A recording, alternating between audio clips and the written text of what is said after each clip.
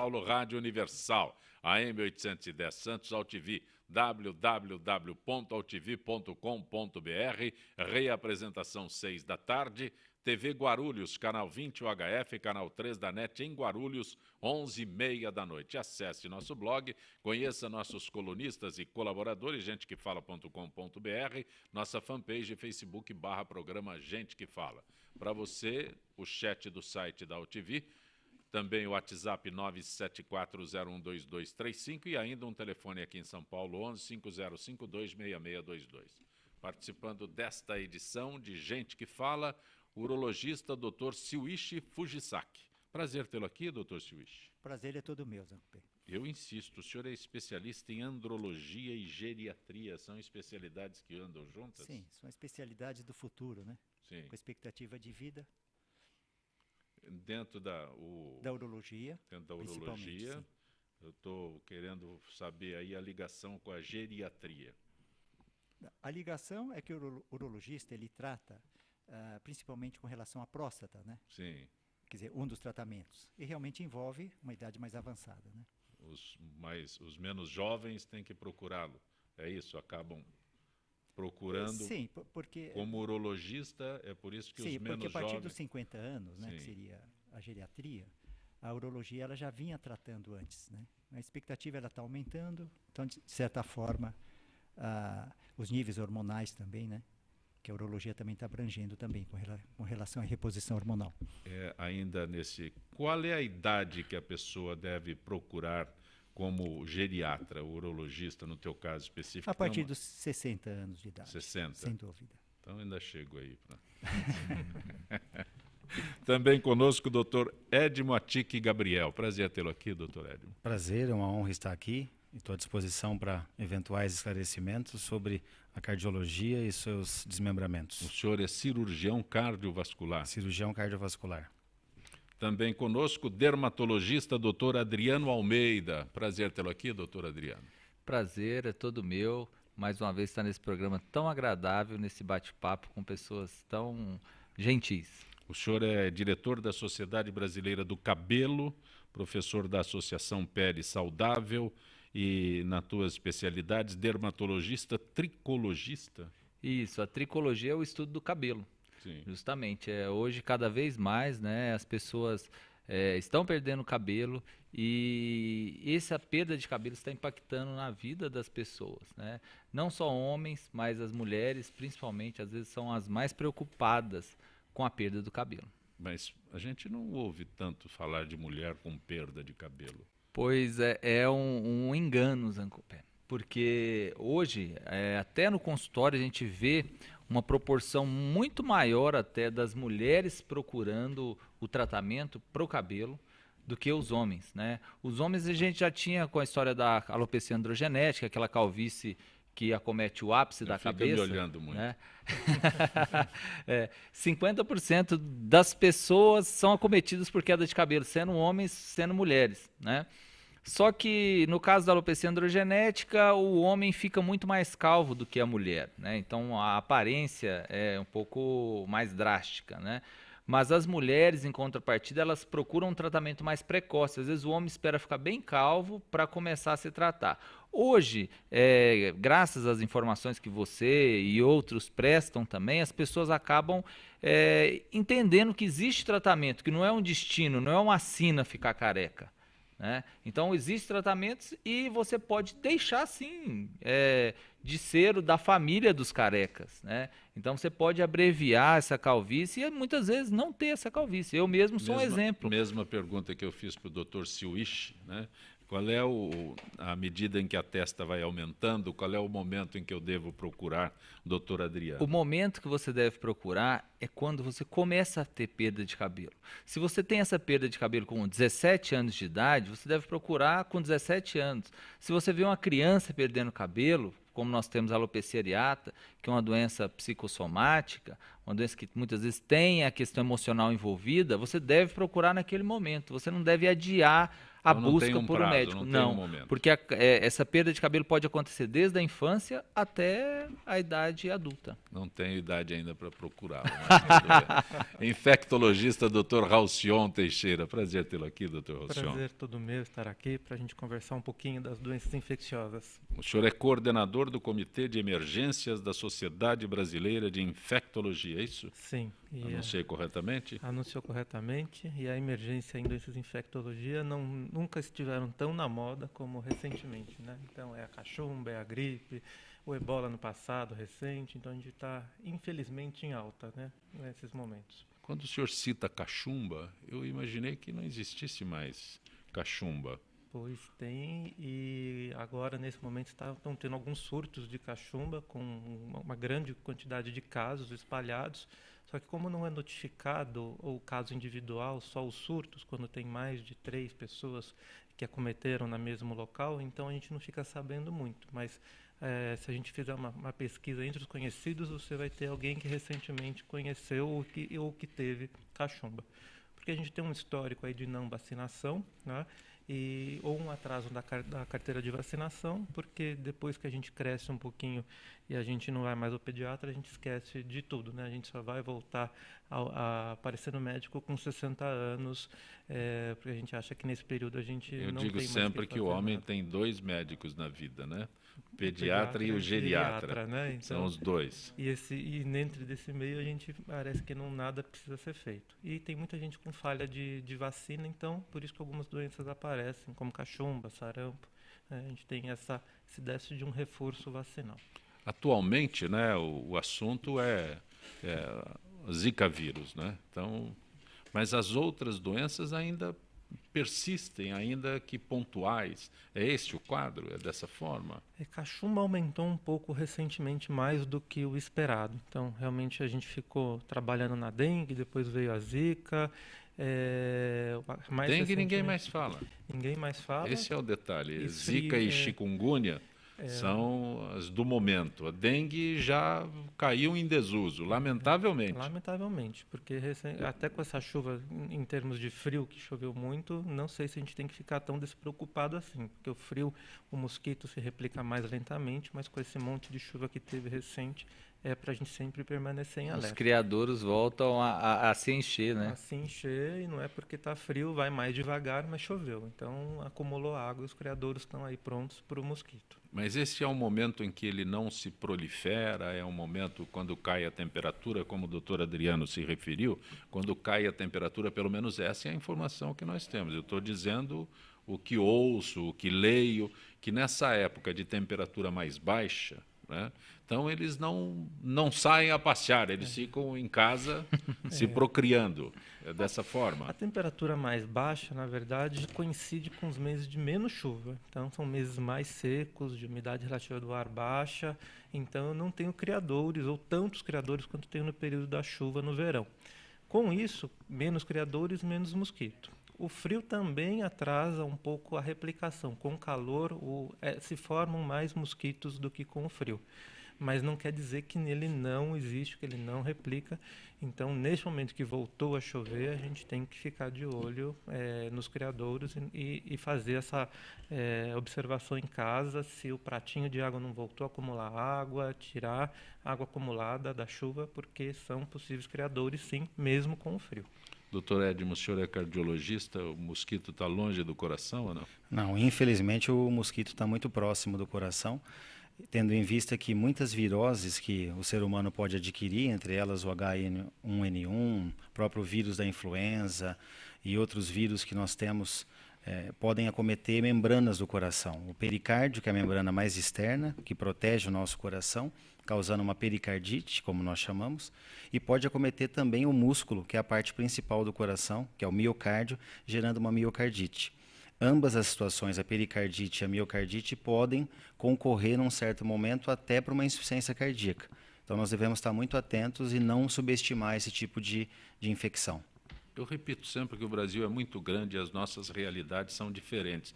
Essa informação que o senhor traz agora, eu acho que ela não é difundida aí por fora do nosso eixo aqui. Com certeza, com certeza. Talvez a maioria da população não saiba, que um mosquito que inocula um vírus na nossa circulação, ou mesmo um vírus que nós adquirimos conversando com outra pessoa por via inalatória, pelas gotículas que podem transmitir, esse vírus pode, entre outras coisas, entrar na circulação e se alojar no nosso músculo cardíaco, oferecendo a esse músculo uma inflamação grave, chamada miocardite, a ponto de confundir com um infarto. Muitas vezes a pessoa vai ao pronto-socorro com um sintoma muito parecido de infarto, quase chegamos ao ponto até de pedir um cateterismo para ter certeza que ela não está infartando. Tamanha semelhança dos sintomas. Mas isso é para o senhor aqui que é cheio de recursos. Fora daqui, onde não existem esses recursos todos, está infartando. Vamos ver se o coração do cara é bom para resistir. Sem dúvida. Aí cabe muito ao colega, ao médico que está Sim. ali na linha de frente, ter essa percepção, essa vivência e tentar fazer o que a gente chama de um diagnóstico diferencial, que é estabelecer pelos sintomas e pela entrevista médica aonde que está tendendo mais para infarto e aonde que possa estar tendendo mais para uma miocardite viral. Dr. Siwich, pode parecer um absurdo, mas na urologia a preocupação com essas doenças infecto-contagiosas, se é que eu posso dar esse termo. Sim, do que foi apresentado com relação à cachumba, né? Sim. Que aí o alvo tem o testículo, né? A orquite, né? Que a cachumba pode levar Todo homem a fica essa inflamação. desesperado quando fala de cachumba. Acho que vai descer, Sim, né? vai porque- descer. acho que vai a descer. expressão. Essa é a expressão, a Essa é a cachumba expressão, desce? exatamente, né? Cachumba desce. E uma das causas é vamos dizer assim, a deficiência dessa atividade testicular que pode levar a uma infertilidade, né? Sim. Além de até uma atrofia do testículo, praticamente até total, afetando a produção dos hormônios, né? E dos hormônios estão relacionados também à vida sexual. Mas algo a acrescentar? Não, daí que vem a crendice, né? E realmente, coitado, muitos pacientes com cachumba, as mães ou o mesmo pessoal envolvido manda o paciente ficar deitado, não pode nem levantar para ir ao banheiro, alguns amarram uma fralda, são todas essas lendas relacionadas à cachumba. E não tem nada a ver, coitado. O vírus passeia pelo corpo e passando pelo corpo no homem, às vezes em até 30% dos homens acometidos, ele pode pegar um pouco o testículo. Bastante. Um último esclarecimento. Tem vacina para cachumba? Tem vacina para cachumba, então todo mundo, quando adulto, tem que ter pelo menos 2 doses de vacina. Uma vacina que está conjugada com outros 2 vírus, a sarampo, cachumba e rubéola, então precisa ter pelo menos 2 doses. O que aconteceu é que a gente tem uma grande população aí de adultos jovens, que essas recomendações foram mudando e eles só têm 1 dose. Então, nós temos aí um grande percentual de pessoas que está descoberto de uma total eficácia que a vacina da cachumba pode ter, que ela precisa de 2 doses para atingir essa dose máxima de eficácia. Doutor Adriano, existe algo que determine que a pessoa ficará careca? A história familiar é muito importante, né? Não que ela seja 100%, né? Mas, e nós podemos, muitas vezes, através de exames de sangue, já prever uma queda de cabelo um pouco mais agressiva, um pouco menos agressiva. Então, existe, por exemplo, a deidrotestosterona, que é uma porção da testosterona, que diante de um paciente que está ficando calvo, quando ela está muito alta, fala a favor de uma queda de cabelo um pouco mais agressiva. Então, já existem indícios, né? Além de uma biópsia também é possível, com a comprovação de 100% do que tipo de queda de cabelo está tendo esse paciente, para as atitudes corretas serem tomadas para que essa pessoa não venha a ter uma calvície tão grave. O que há o emocional com isso? Qual a relação? Muitas vezes, algumas dessas doenças que geram queda de cabelo pode sim estar envolvido com a questão emocional. Um exemplo é a tricotilomania. A pessoa, às vezes, num momento de depressão, num momento de toque, né, que é o transtorno obsessivo compulsivo, passa a arrancar pelos, né, arrancar parte dos cabelos, arrancar cílios, sobrancelhas, pelos do corpo também. Então, isso não é uma doença própria da pele, do cabelo, mas é uma doença que envolve a pele e o cabelo. Na verdade, é uma doença psiquiátrica que acaba acometendo a pele, o cabelo. A pessoa pode se coçar também, né, nesse período de ansiedade, às vezes arrancar pedaços da pele. Doutor Adriano, a pele arranca o cabelo, doutor Adriano? Sim, Pessoas se arrancam os cabelos. arrancam seus cabelos. Literalmente. Outras comem os cabelos. Além de arrancar, comem. A tricofagia. Isso existe, infelizmente. Me assusta, eu nunca fiz isso, não. Se eu tenho menos, foi porque caiu, não foi porque eu arranquei. No meu caso, estão se atirando, mas eu uso o lado da ironia, mas é muito importante que se esclareça o máximo possível. Sim, então, sim.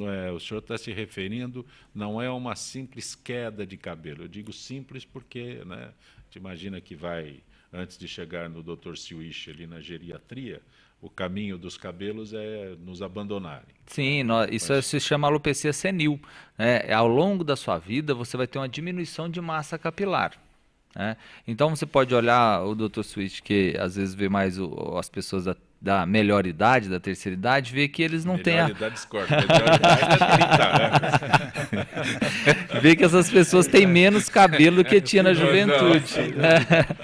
Então, você não chegou lá ainda, mas a melhor idade você vai ver que tá não é... chegando hoje. Está chegando hoje. Hoje, né? por sinal, é meu aniversário, né? Tá Mas eu ainda estou na fase dos 30 ainda. Então, por isso é que eu digo, você está na melhor idade. Eu estou, então, na melhor idade. Você se refere à melhor idade. Melhor idade não é quando a gente procura o Dr. Swish, antes, nem quando a gente vai desesperado para o Dr. Edmo. Que o coração já está falhando. O coração não está mais. A melhor idade é a tua agora. Com certeza. Você só vai saber isso quando você for ao Dr. Possível, mas no futuro. É que a gente...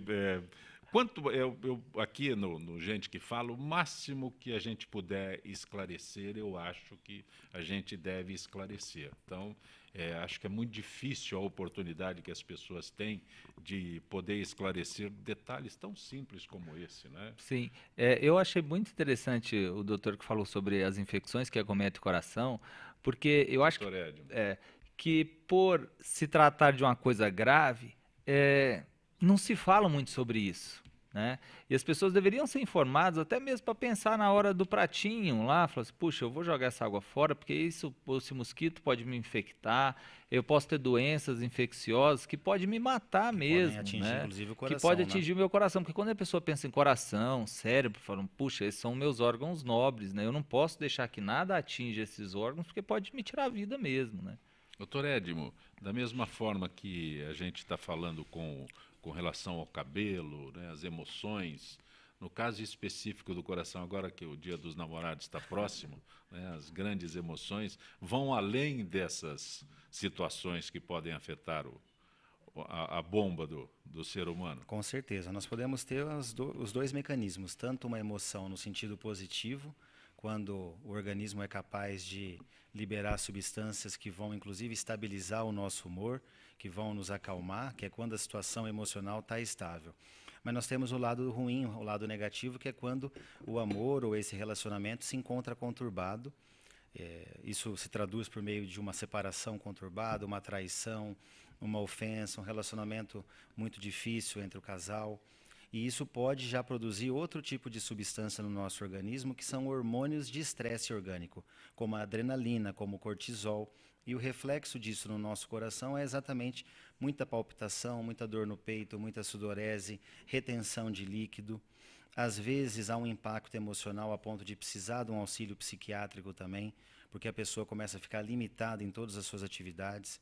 Então nós não podemos subestimar essa questão do relacionamento amoroso e achar que é algo só filosófico. Isso pode levar a uma depressão severa, uma ansiedade severa, com repercussões orgânicas, entre elas no coração, a ponto, às vezes, até de precisar internar a pessoa e investigar o porquê que ela está com aquela arritmia, porquê que ela está com uma dor suspeita no peito. Muitas vezes a gente até pensa em infarto em alguns casos.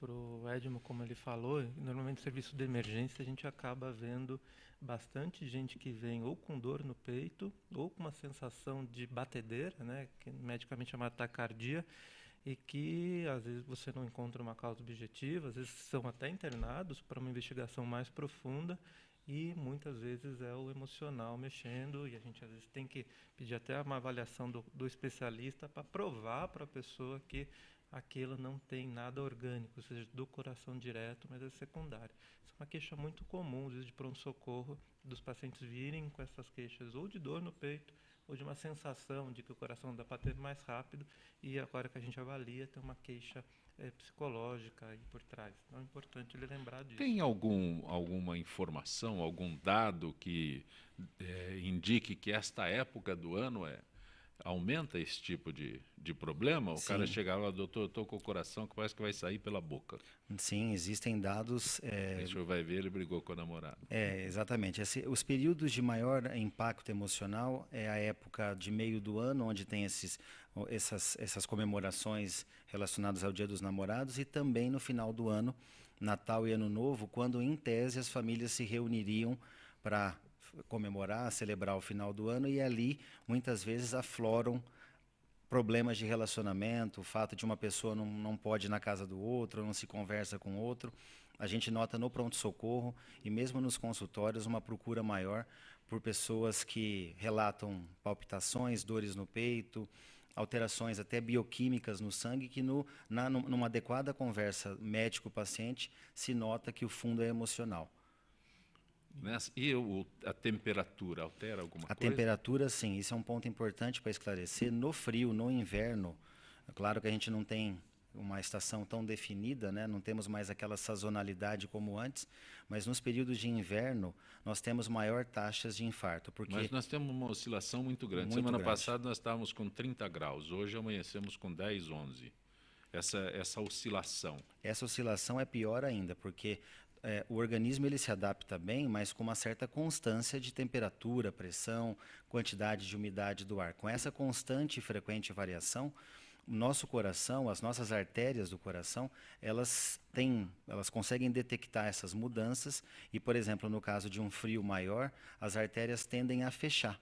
Elas executam um movimento que a gente chama de vasoconstrição. Elas fecham diante do frio, reabrem quando está mais quente, fecham, reabrem. Em pessoas onde não há nenhum entupimento, pode ser que não gere sintoma nenhum. Mas no indivíduo que já tem alguma restrição nas artérias, algum grau de entupimento, elas ficarem fechando e abrindo, pode ser a causa de um infarto. Dr. Siwish, obesidade, Dr. Siwish, até que ponto interfere na saúde sexual do homem? Posso dizer dessa forma? Sim, a obesidade é um nível de acúmulo de peso, vamos colocar assim, acima do peso, né? Então, existem índices numéricos, né, que colocam o peso normal, acima do peso, e obesidade, né? Tem o IMC, que é o índice de massa corpórea, né? Tá certo? Então, ela tem um valor do peso normal, acima do peso e obeso. Obeso seria acima de 30 nesse índice, né? Tá? E a tendência, interessante é o seguinte, que a estatística mundial chega a 50%, né, da população estão acima do peso. Norte-americana dá um índice de 50% acima do peso e a brasileira 40%, o nosso índice. E interessante que as crianças também, já em torno de 10% já são obesas na infância, né? E dessas crianças, quando atingem a idade adulta, a partir dos 18, 20 anos, se tornam 50% estão acima do peso, continuam uma tendência à obesidade. O detalhe é o seguinte, né? Todo mundo diz assim, olha, você está muito gordo, o doutor Edmo já vai ter um paciente aí. Sim, mas exatamente. no caso específico da urologia, Sim. existe algum ponto que chame a atenção, Sim. que traga problema? Sim, exatamente. A obesidade ele leva a... Sim. Vamos colocar, é a segunda causa de morte, né? Tá, nos Estados Unidos. Ou seja, dela desencadeia todas as alterações cardíacas, hormonais. Né? Tá. E no homem em si, é uma obesidade um tanto diferente da mulher. Seria a obesidade da barriga, né? Sim. Porque tem dois tipos, né? Tem a gordura visceral e a branca, ou cutânea, né? Certo. E o homem é a visceral, que seria a obesidade ruim, né? Que ela Aquelas produz as pessoas, gorduras. aqueles homens com o abdômen Exatamente. bastante projetado, Globoso. Isso, exatamente. aí, Isso. né, Ou acima do peso, né? acima do peso, a relação entre obesidade e essa gordura visceral que o senhor se refere, Sim, incide é diretamente isto, porque ela fica na barriga mesmo. Sim. Tá? Então, o que acontece? Essa gordura localizada, ela acomete o fígado, né? Que é o órgão que metaboliza os hormônios. Né? Então, com o fígado gorduroso não funcionante adequadamente, ela tende a transformar os hormônios em estradiol, que é um hormônio feminino, diminuindo a taxa da testosterona, que é o hormônio masculino. Com isso, existe uma tendência, uma diminuição da força muscular, uma série de condições, entre elas a resposta sexual também. Né? Vamos colocar assim, que a obesidade ela interfere no sistema vascular. Com isso vem a cardiologia, no sistema vascular também vem a parte sexual do homem, com relação à ereção. Né? Perfeito. Isso é um medo que todo homem tem quando fala O disso. Dr. Sim, Switch está exatamente. resumindo que os gordinhos podem vir a ter diminuição da sua desempenho atividade sexual, e sem desempenho dúvida. sexual. Sem Isso dúvida. é fato. Sim. Pode É fato. diminuir pelo, né? Isso. Pode ganhar Inclusive, um pouco de inclusive mama, de ordem né? até psicoemocional. Né? Sim. Que o indivíduo obeso, até a autoestima dele diminuindo, ele não se sente com uma boa disposição também sexual. Perfeito. Temos o Dr. Letísio na linha para conversar com ele. Dr. Letísio, toda quarta-feira, ele é cirurgião plástico. Dr. Letísio, boa tarde. Boa tarde, Zé Copé. Como está? Tudo bem? Tudo em paz. Dr. Letísio, gostaria de conversar com o senhor sobre tratamento de pele. Hoje falamos sobre doenças emocionais que causam manchas na pele. É possível remover essas manchas, Dr. Letísio? O tratamento, o que é recomendado? Olha, Zé Copé, manchas de pele de ordem emocional, você tem algumas. O que é? As mais conhecidas, que é o vitiligo, psoríase, alopécia areata, que às vezes dá uma parte mais clara da pele, ou pode até haver queda de cabelo, acne e entre outras, e dermatites atópicas. Entende? Então, Zé Copé, são tratamentos, muitas vezes, longos, que você não tem um tratamento específico. Por exemplo, se você fala de psoríase, é uma doença autoimune e que você tem um fator emocional muito grande, como o vitiligo. O vitiligo também não se tem muito bem a causa, parece que ser uma doença mais autoimune, mas tem um fator emocional muito grande. Às vezes a paciente sofre um trauma psicológico, alguma coisa, começam a aparecer aquelas manchas na face, nas extremidades, geralmente começa pelas extremidades, mãos, face, e tem inúmeros tratamentos, inclusive tratamentos a laser, tratamentos, muitos outros. Teve uma época que o pessoal ia muito para Cuba para fazer o tratamento de vitiligo. Então, são doenças ainda, Zancopé, que não tem um tratamento específico, como a psoríase. Ela formam crostas na pele, principalmente no cotovelo, joelho. Então, você não tem, assim, realmente... como você trata? Eu trato assim, assim, assim. Você não tem um protocolo real que você possa estabelecer. Vai depender muito de paciente para paciente. Por exemplo, acne. Você pode ter uma sequela de acne. Um paciente com um estresse na adolescência, alguma coisa, forma muitas acnes no rosto. Essas acnes formam não só manchas, formam erupções na pele que causam irregularidades na pele. Também pode ser de fundo emocional. Então, Zancopé, não tem assim você ter um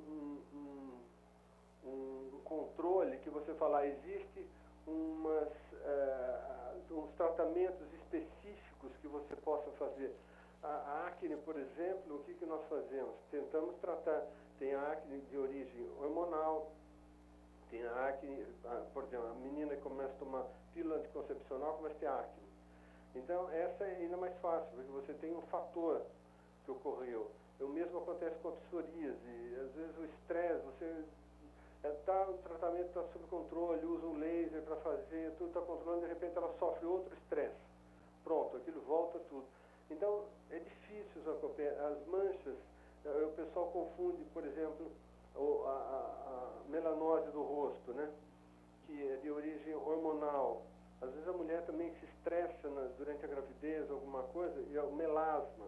Então, está associado também ao hormônio e associado também ao fator emocional. Então, Zé Companhia, existem inúmeras alterações que podem ocorrer na pele e que são de origem emocional e que você não tem realmente um tratamento específico, Zé Companhia. Não é como a acne, tudo bem, vamos fazer laser, vamos fazer enxertias de gordura, nós vamos melhorar a sequela. E não, sim, a gente ter um tratamento específico para cada caso. Zé Companhia. É difícil, uma pergunta bastante elaborada que você fez e de difícil resposta. Ok, doutor Letícia, eu agradeço a tua gentileza com o nosso Gente que Fala. Uma boa tarde. Boa tarde para vocês, Zé Companhia. Saúde e paz para todos. Gente que Fala retornará em instantes.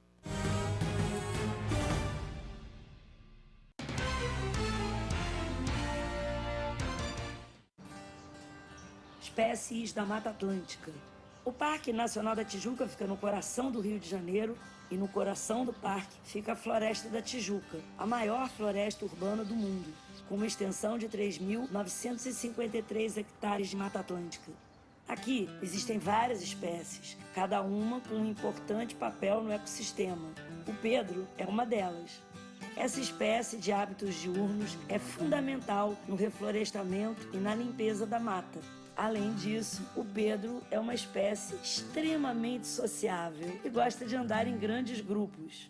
Esse programa ele foi criado para dar oportunidade aos visitantes a conhecer melhor o parque, participar da manutenção de trilhas do parque e criar uma consciência ambiental nos visitantes que vêm aqui no parque. E passar a questão da sustentabilidade, se preservar para as gerações futuras. As atividades principais são a manutenção de trilhas, que consiste basicamente na colocação de placas, a retirada de resíduos das trilhas, orientação aos visitantes, plantação de mudas, de espécies nativas.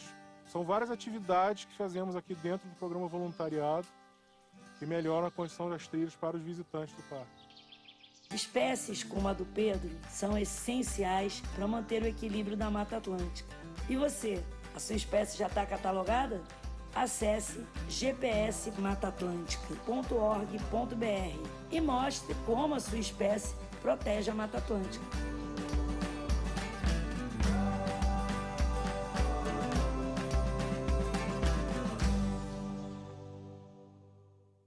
Olá, eu estou aqui para tocar sua consciência. Nossa saúde ganhou o movimento Mama Amiga pela Vida, uma ação social e voluntária que trabalha pela prevenção do câncer de mama. Esse trabalho leva informação às mulheres, apoio e um toque de carinho, com campanhas como a Rede de Pontos de Prevenção e o modelo Mama Amiga, que ensina a identificar possíveis alterações nas mamas. Para saber mais, acesse e participe desse grande movimento pela vida da mulher.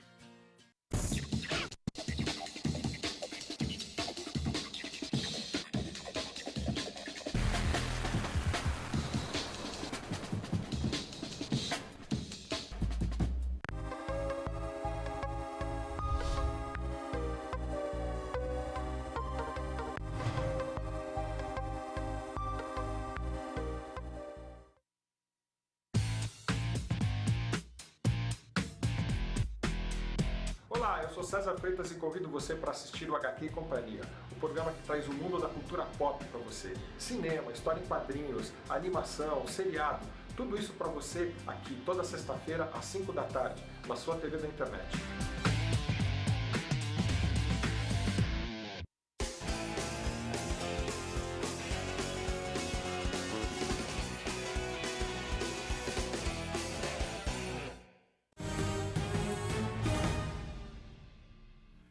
Gente que Fala pela Rádio Trianon, AM 740 São Paulo, Rádio Universal, AM 810 Santos, AltV, www.altv.com.br, reapresentação 6 da tarde, TV Guarulhos, canal 20 UHF, canal 3 da NET em Guarulhos, 11h30 da noite. Nosso blog, gentequefala.com.br, nossa fanpage, Facebook/programa Gente que Fala. Conosco hoje, cirurgião cardiovascular, Dr. Edmo Atique Gabriel, o infectologista, Dr. Halcion Teixeira, o dermatologista, Dr. Adriano Almeida, o urologista, Dr. Silwichi Fujisaki. Dr. Silwichi, o Jaime do Jardim Bonfilioli pergunta para o senhor, após os 60 anos, o homem deve fazer reposição hormonal? Tem uma idade para isso? Tem? Sim. Na verdade, a partir dos 40 anos de idade, existe um declínio do hormônio, né? Mas a indicação da reposição tem vários fatores, né? O principal é dosado, é feito um exame para ver os níveis do hormônio. Se ele estiver realmente abaixo, né, do limite inferior, associado, somado ao quadro clínico, né, de algumas alterações, pode ser indicado, que há contraindicações também. Agora é bem-vindo, sim, desde que existe uma falta do hormônio, sem dúvida, a reposição ela vai trazer muitos benefícios, inclusive até da área cardíaca também. Acho que é importante alertar, que pega toda a mesa aqui, todas as especialidades, o que tem acontecido é que as pessoas estão querendo repor mais hormônio, somente a base de testosterona, para ficar mais forte, para dar mais vigor. Só que, junto disso, sempre tem os efeitos colaterais do remédio. Então, a parte de próstata, esse é um hormônio, cabelo, esse é um coração. hormônio que as pessoas não têm tanto acesso assim. Ah, tem sim. Tá tão difícil conseguir um hormônio, o doutor deve saber disso. Para quando você prescreve clinicamente, porque a venda desses hormônios indiscriminada está tão grande que quando você precisa, o paciente precisa desse hormônio, está de difícil acesso para encontrar. Mas no mercado negro também se vende muito hormônio aí, essas academias. Hormônio de mercado negro deve ser moreninho. O mercado, o que é desvio de remédios mesmo, e para quem precisa mesmo é difícil. E as consequências hoje, com a história do modismo, da reposição hormonal, né, tanto homens como mulheres, estão enchendo os consultórios dos dermatologistas com problema de queda de cabelo, com problema de acne. Né? Qual é a relação? O excesso de hormônio masculino, tanto no homem quanto na mulher, que tem alopecia androgenética, não são todos que vão perder cabelo, mas perde muito cabelo. Né? E, inclusive, muitas vezes a gente se depara com pacientes arrependidos de ter feito essa reposição de forma inadequada, porque estão ficando calvos. Sim, eu gostaria de fazer uma colocação. Veja, a pergunta é acima dos 60 anos. Sim, né? sim. É uma idade que existe o declínio natural. Ou seja, esse mesmo indivíduo, ele não tinha essa taxa de hormônio quando ele tinha os 30, 40 anos. A taxa era maior. Por isso que o termo é reposição. Então, imagina o seguinte, um tecido que já estava habituado a uns níveis, né, dessa substância, quando ela diminui, ela também está sofrendo pela falta. Né? Então, a colocação é o seguinte, quais seriam as contraindicações dessa reposição? Né? Que, a princípio, ela é bem-vinda. Nessa idade que o Jaime colocou, sim, com 60 anos de idade, já existe um declínio, que é normal. Né? Então, desde que não haja contraindicações, né, alguma contraindicação cardíaca, ou eventualmente de alguns medicamentos, né, hipertensivos, que ela pode eventualmente mexer com a parte vascular também. Agora, normalmente, a reposição é boa, porque ela restabelece os tecidos, principalmente os tecidos de atividade muscular, por exemplo, né? Além do organismo em geral. Veja, uma melhor força muscular, musculatura cardíaca também, e o restante do organismo. Né? E a atividade sexual também. Se referiu é o mercado negro que existe. Não, sim, veja, o jovem, por exemplo, estaria contraindicado a princípio, porque ele estaria, de um modo geral, nos níveis normais. Exatamente. Ele estaria com excesso. Né? Por exemplo, nas academias, né, que se utilizam sem orientações, né? Esses suplementos sem controle, principalmente de hormônios, né? Com o objetivo de melhorar a parte estética, vamos colocar desta forma. São as bombas. As bombas, anabolizantes, né? Com certeza isso traz mais efeitos negativos, com toda certeza. A reposição não é fim estético, né? Fim necessário, fisiológico. Nós estamos abordando com o Dr. Silwichi a reposição, né? Não é o consumo uso indiscriminado. Médica, e a tendência clínica, que se apresenta nos trabalhos, né, atuais, né, científicos, é que realmente ele é benéfico. Né? Então, aquele receio, em muitas condições, já estão sendo comprovadas que ele é vantajoso. Essa reposição sendo feita adequadamente, sem que tenha esse caráter inadvertido, não há problema. Agora, quando há o caráter inadvertido, pode acontecer 2 problemas no nosso coração. O coração cresce muito, porque o hormônio ele é proliferativo, e podemos ter eventos de trombose em artérias do organismo todo causados pelos hormônios. Isso quando não há um acompanhamento médico. E principalmente com relação à próstata, né? Durante muito tempo, o receio era com relação ao câncer de próstata, né? Mas o que nós temos que entender é que há diferentes tipos de tumores, de câncer. Uma parcela dela é hormônio dependente, que depende dos hormônios, então seria contraindicado, né? Mas não tem uma comprovação que o uso dos hormônios levam à formação do câncer. Então é muito importante aqueles pacientes que já tiveram tumores, né? Câncer de próstata, tem que ter uma boa indicação da utilização desses hormônios. Doutor Adriano, a Ana da Vila Clara, como evitar que doenças como psoríase, não sei que doença que é aquela lá que ela fala, psoríase deixem manchas permanentes? A melhor forma de você evitar que essas manchas se tornem permanentes é após a regressão da doença, você não se expor de maneira exagerada ao sol sem o uso do protetor solar. Só uma coisa, Pedro, baixa um pouco para eu pedir para o doutor Adriano, baixa, você está levantando, volta lá. Ela fala de, qual é aquela doença? O que é? Pitiríase. Pitiríase e psoríase. A pitiríase é causada por fungos, né? Então é o famoso pano branco, né? Então essas manchas não são permanentes, geralmente. Tá? Então após a cura da doença, o fungo muitas vezes ele intoxica o melanócito, então muda a cor da pele, mas após a cura da doença, porque é uma doença que tem cura, né? Não só tratamento, essas manchas desaparecem. Certo? Agora, a psoríase, ela muitas vezes geram ferimentos mais profundos, geram sangramentos, né? Quando o paciente muitas vezes não cuida dessa psoríase de uma forma adequada. Então é muito importante hidratar essa pele e evitar, após a cura, né? Após o tratamento, né? O sol exagerado, né? A psoríase, no caso, ela cabe uma exposição pequena. Lembro que não é o dia inteiro, pequeno ao sol. O sol, né, trata a psoríase, né? Mas após essa exposição terapêutica, seria aproximadamente 15, 20 minutos no sol, essa pessoa deve usar um protetor solar e não se expor exageradamente e não ferir, não arrancar as crostas que a psoríase gera. Ao invés disso, tratar, hidratar essa pele, para que quando essa psoríase regredir, não deixe uma sequela ou uma mancha. Algum medicamento, algum creme que se passe apenas suaviza ou não? Como é? Sim, existem tratamentos que realmente regride completamente a doença, a pele fica sã, né? A informação é que a psoríase, no caso, não tem cura. Isso, ela pode voltar. Você pode ficar bem de um surto que você tiver, né? E como é uma doença que muitas vezes é alimentada ou piorada com a questão do estresse, você pode ter outros surtos ao longo da vida. Né? Mas muitas vezes você pode ter a regressão da doença sem nenhuma sequela. Dr. Edmo, Aparecida de Santo André, ingestão diária de AS infantil traz benefícios para o cardíaco?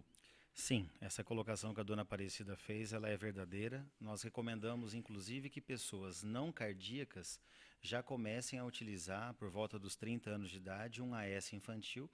Nós temos uma convenção de utilizar normalmente na hora do almoço, no final da refeição. E por que isso? Porque o AS ele tem uma função de melhorar o fluxo sanguíneo para todos os órgãos e prevenir acúmulo de resíduos nas artérias, ou seja, a chance de formar coágulo, trombo acaba sendo menor.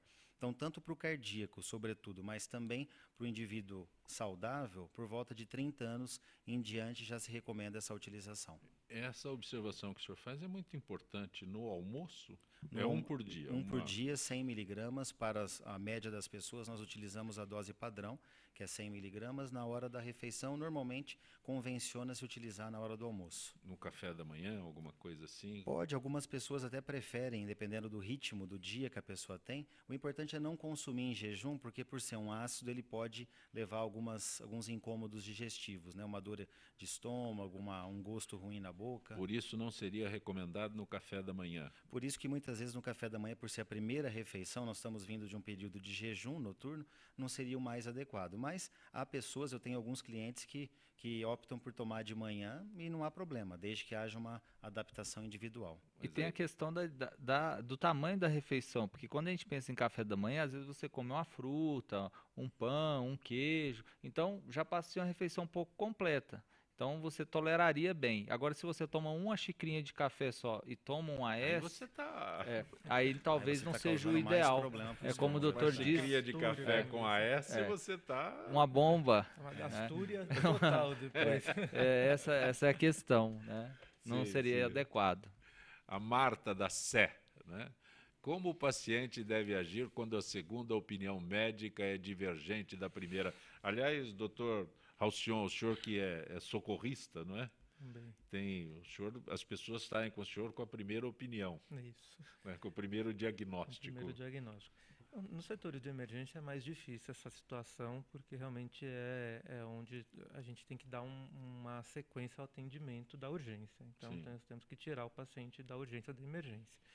Ao longo de uma internação ou ao longo depois em consultório, a pessoa ela pode sim, de uma maneira muito tranquila, desejar uma segunda opinião e ver a opinião de todos, mas o que eu sempre recomendo é que a pessoa, quando ela vá num segundo médico, ela conte o que aconteceu, que é uma segunda opinião, e se ela tiver uma boa relação médico-paciente até com o primeiro médico, se ela voltar depois, que ela volte e conte que procurou uma outra opinião para ver se estava tudo bem. Acho que essa transparência, essa relação médico-paciente, quando você tem aberta, não te atrapalha, não incomoda. Na emergência é mais difícil. O que a gente tem na emergência é tirar o paciente do risco de vida dele, né, do risco de morte, e depois, às vezes, na internação, você pode ser chamado para dar uma segunda opinião. É um assunto que eu repito sempre, que é um tema que eu repito sempre, mas o senhor me dá um diagnóstico, eu vou no doutor Édio, mas eu não gosto do diagnóstico dele, então eu mudo. Então, ele não é um bom médico, ele não me agradou, né? Ele não foi gentil comigo. O paciente não pode achar que o diagnóstico tem que depender da vontade dele, se encaixar na vontade dele. O senhor não sabe como é um paciente chato como eu, que vou lá, eu não gosto do diagnóstico. Mas muitas vezes a gente... Ele fala que eu estou com problema? Não, eu não tenho problema. Às vezes a gente, como médico, é chamado a atenção também. Recentemente eu fui no cardiologista, né, tem uns 6 meses, e ele chamou a minha atenção, falou, você engordou muito nos últimos anos, isso não está certo, você tem que voltar a fazer exercício físico. Tem coisas que a gente às vezes não gosta de ouvir, sim, né? Sim. Mas tem que entender que é para o nosso bem. Geralmente, né, para não dizer que 100% das vezes, o médico te dá um diagnóstico, te chama a atenção, te pede para mudar, às vezes, o seu comportamento, que é para o seu bem. Doutor Edmo, eu usei o senhor como exemplo, né? Mas os senhores são médicos, os senhores não sabem o que é um paciente chato como eu. Então, eu vou a um cardiologista e diz que eu tenho problema, eu não gosto que ele diga que eu tenho problema. Isso é comum, aí as pessoas mudam. Eu tenho um amigo que foi, aí eu falei, não é melhor você consultar eu que sou leigo, né? Isso não é melhor você falando, mas se ele falar que eu tenho coisa ruim? Então é uma situação que nós leigos sabemos como é. Os senhores médicos especialistas, não é? A gente esconde do senhor. Como ele disse que, olha, vou lá no pronto-socorro, atendo, te indico, você uma segunda opinião é necessária, mas se eu não gosto, eu não vou contar que eu fui lá e não gostei. No doutor Silvich, não gostei da conversa dele, disse que eu estou velho, estou caindo o cabelo. Que papo é esse, né? Como? Se bem que ele tem minha ficha, né, com minha idade e tudo, mas...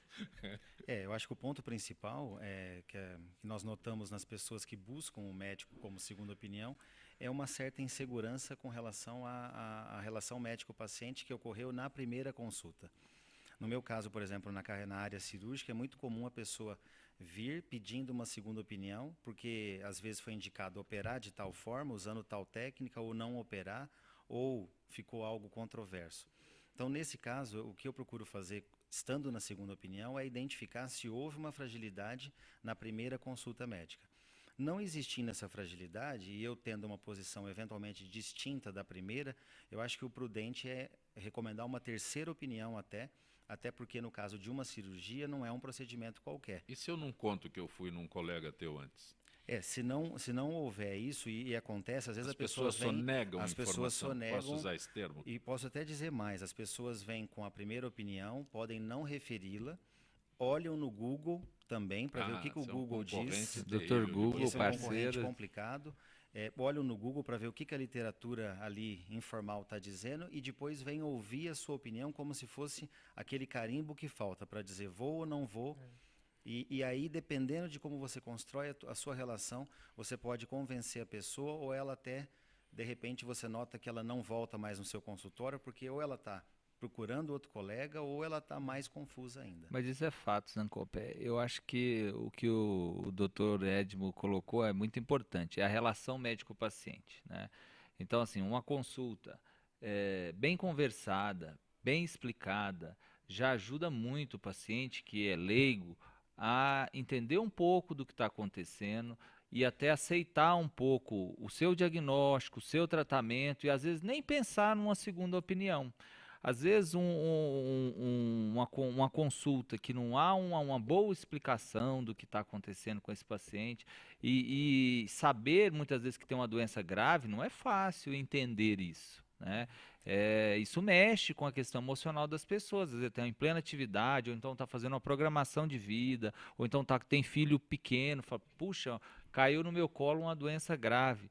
Então, a conversa, a explicação, a ajuda, e muitas vezes precisa até o médico também, falar, ó, diante desse quadro, existem doenças graves, um câncer, um acompanhamento até psicológico para essa pessoa aceitar um pouco tudo que está acontecendo, é importante. Eu acho que é muito importante fazer uma colocação. Um profissional bem preparado, né? O diagnóstico, na verdade, ele tem comprovação através de exames bem específicos, né? E a quantidade de exames não são muitos. De repente, 1 ou 2 exames fazem um bom diagnóstico, né? Então, vamos dizer assim, para a classe médica, né, bem atualizada, esclarecida, vamos colocar desta forma, não há dificuldade nenhuma com relação ao diagnóstico. De repente, essa falta de interação mesmo com relação ao paciente, dele estar entendendo realmente qual foi a proposta do tratamento. Mas, doutor Silvio, agora, o doutor Google... até que alguém procure um médico, ele já está... Um homem, estou falando de homem, porque mulher está habituada desde a infância a se consultar, o homem, como a gente disse há instantes, né, do pediatra ao geriatra, né? Até que se convença que deva ir a segunda opinião? Normalmente a o homem... opinião, a segunda... Exatamente. A segunda ele não vai. Isso que eu ia colocar, né? O homem é difícil, é muito difícil. Acredito que sim. A segunda opinião sempre é... Ou seja, a primeira opinião, de repente não. Normalmente é o Google mesmo. Sim. Ele avalia, lê o que não precisa, né? Porque lá expõe sintomas tudo. Que eu deduzo, que eu imagina imagino, um estudante, estudante de lê medicina. em blogs e não lê em imagina um estudante de medicina do primeiro ano. Qual a condição dele fazer um diagnóstico? É zero. Zero não digo, 0, alguma coisa. E qual é a condição de um fulano que não é nem estudante de medicina, olhar no Google? Como é que ele vai determinar? Né? Não é isso? A chance dele errar e ter uma... Não, geralmente as pessoas grande. se enquadram, né? Assim, mancha branca, aí coloca mancha branca, aí fala, poxa, aí tem mancha branca, tem pitiríase versicolor, tem vitiligo, tem um monte de mancha branca. Aí ele vai ver se a dele parece com uma daquelas lá. Que está na tela do computador. Então, isso é uma coisa muito difícil. Isso acontece muito na questão da dermatologia, né? Porque o coração, ele não enxerga o coração dele lá dentro, mas a pele, né, o cabelo, as pessoas enxergam, nossa, isso aqui pode ser o que está na tela do computador. Né? Doutor Adriano Almeida, o que é o ICAD? Resume para a gente. O ICAD é um congresso que vai acontecer agora em junho, né? Que reúne, está para começar essa próxima semana, que reúne dermatologistas, cirurgiões plásticos do mundo inteiro, né, aqui no Brasil, né?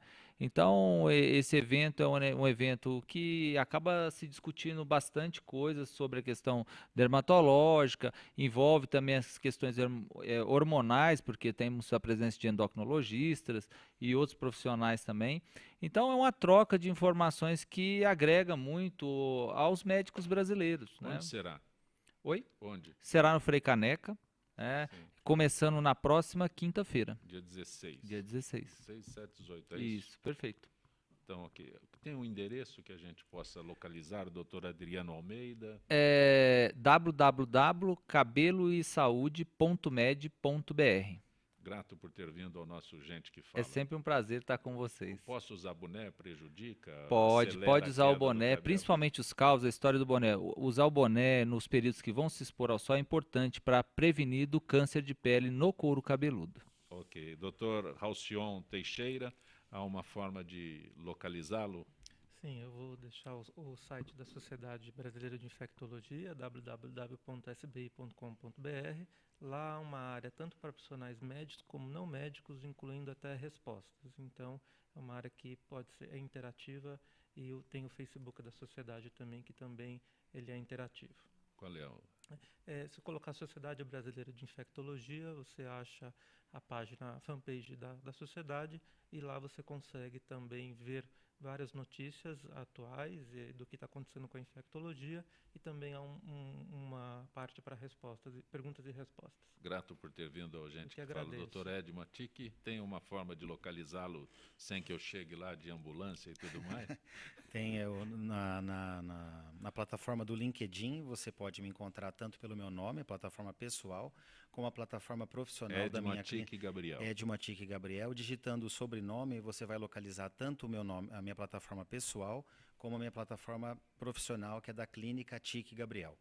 Grato por ter vindo ao Muito nosso obrigado. Gente que Fala. Dr. Switch, antes do senhor dar o seu endereço aí, uma pergunta que eu repito sempre. O exame de PSA substitui o exame de toque? Absolutamente não, né? É obrigatório o toque prostático. Qual é o endereço que eu posso localizá-lo, doutor Switch? saudeh.com.br. Saúde H? Saúde H. H de homem. Sim. Pode ser minúsculo no tempo. Tá certo? Desde que seja homem com H. Agora lembrando, né? O estudante de medicina, ele fala, qual que é o colesterol bom? Colesterol. Fulano está formando médico, ele não sabe qual que é, né? Eu falo, é HDL, H de homem. Grato por ter vindo ao nosso Gente que Fala. Direção-geral do jornalista Fausto Camunha, diretora de produção Zenilda Salvato, redação Pedro Schiavon, produção cultural Ricardo Godoy, na rádio Trianon Benebene, Cléo Rodrigues, Neildo Neres, Ricardo Valim, na direção da TV Guarulhos, Fernando Mauro, na direção da UTV, Alberto Luquete, na técnica James Eduardo, Marcelo Fontan, Sérgio Oliveira e Iago Matsumoto. Estaremos de volta amanhã, meio-dia. Gratos, até lá.